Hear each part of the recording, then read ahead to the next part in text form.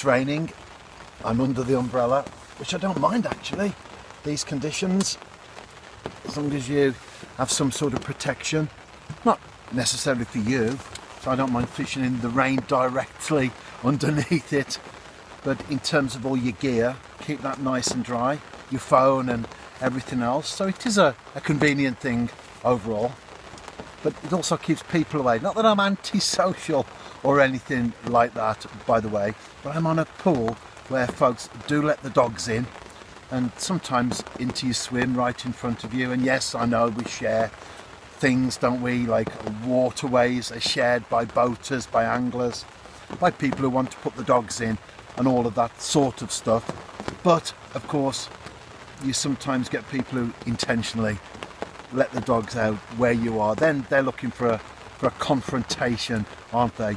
And another thing you have to add into the equation now is wild swimmers. I've come across a few of those at the moment on the River Severn. I'm sure that will increase in years to come. We're up against it as anglers, aren't we? When you look at sewage and the cleanliness of the rivers themselves, otters, cormorants, mergansers, or gooseanders, should I say, they're the more common ones. Well, we're certainly up against it. I'm surprised we catch anything, cormorants especially. This particular pool, I have seen them on here as well, which isn't a good sign, is it? But the bait's out there. I'll be back with a fish. The rain doesn't bother the fish. They're wet already. 2 or 3 casts in, fishing a single grain of corn over loose corn. The float disappears, and this is the result.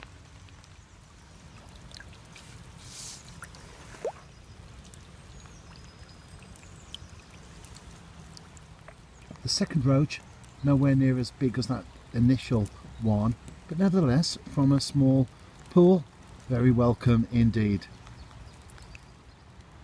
Another nice roach when you take the venue into account. You can see there the corn still on the hook in the fish's mouth. Sweet corn is more than just a summer tench bait. Another quality roach there.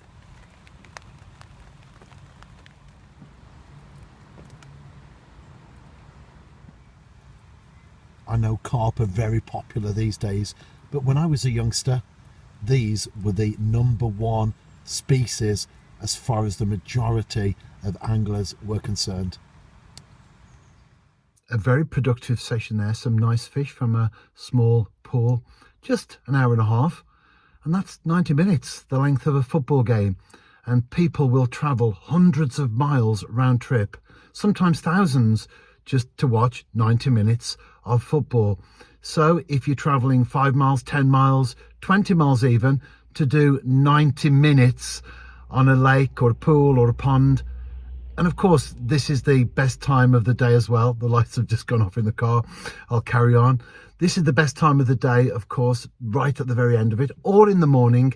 Better to do 90 minutes at this time than it is to do 5 or 6 in the middle of the day, especially in the summer. So bear that in mind when time is tight and you can't fish all day long. I very rarely fish the whole length of a day. In fact, I would sooner fish all night as opposed to all day. But bear that in mind when time is tight, that it's not the number of hours that you fish, but rather the time in which you use them.